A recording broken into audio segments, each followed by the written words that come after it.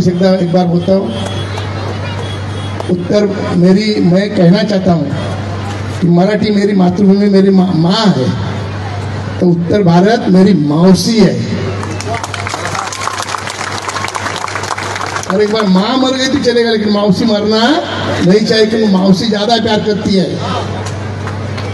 तो माँ से ज्यादा प्यार आपने मुझे दिया है, तो यही प्यार मेरे साथियों के लिए भी बरकरार रखो, यही मैं कहूंगा और मेरे दो शब्द खत्म करूंगा। जय हिंद, जय महाराष्ट्र। खूप खूप धन्यवाद। पहिले ते शिवसेनेचे कमांडर होते, आता मला वाटतं लाचार सेनेचे कमांडर झालेत। मतांच्या लाचारीसाठी केलेलं स्टेटमेंट आहे आणि या लाचारांना मराठी माणूस येणाऱ्या निवडणुकीत धडाडे शिकवेल। राष्ट्रवादी काँग्रेस पार्टी पक्षामार्फत स्थानिक स्वराज्य संस्थांच्या निवडणुका डोळ्यासमोर ठेवून उमेदवारांशी तीचं काम सुरू आहे। तुमच्या पक्षामार्फत असं काही सुरू आहे का? आमचं जे काय आहे ते आमचं आम्ही करू आणि योग्य वेळी तुम्हाला सांगू।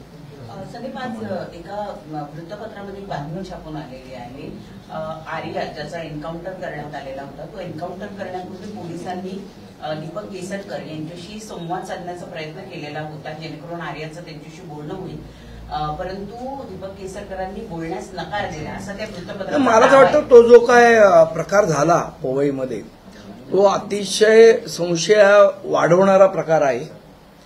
काय नेमकं झालं म्हणजे तो माणूस काय असा अट्टल गुन्हेगार वाटत नाही की लोकांना तो काय किडनॅप करेल किंवा काय, असं काय त्याची बॅकग्राऊंड पण नाहीये।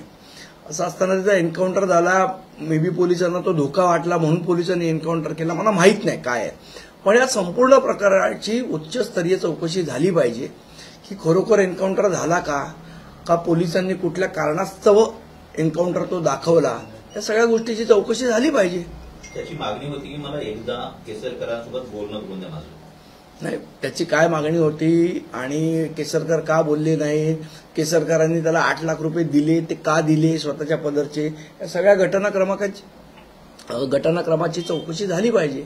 एखादा मंत्री काही संबंध नसताना फक्त उपोषण करतो एखादा व्यक्ती म्हणून स्वतःच्या खिशातले 8 लाख देऊ शकतो का? किंवा काही आतापर्यंत किती लोकांनी उपोषण केली आणि किती लोकांना केसरकरांनी पैसे दिले, ह्यालाच का दिले? मी तेच म्हटलं नाही, सगळं संशयास्पद आहे, याची चौकशी झाली पाहिजे। काल अमित ठाकरे यांनी जिल्हाध्यक्षाची भेट घेतली, त्याला भरत गोगावलेंच्या कार्यकर्त्यांनी मारलं होतं, त्या ठिकाणी जर अमित ठाकरेंनी देखील इशारा दिला, काय मनसेची भूमिका पुढे राहील काय सांगा? निश्चितपणे असं आहे, गोगावले असो नाहीतर गोगल गाय असो, त्याचे पाय पोटात घातल्याशिवाय आम्ही राहणार नाही।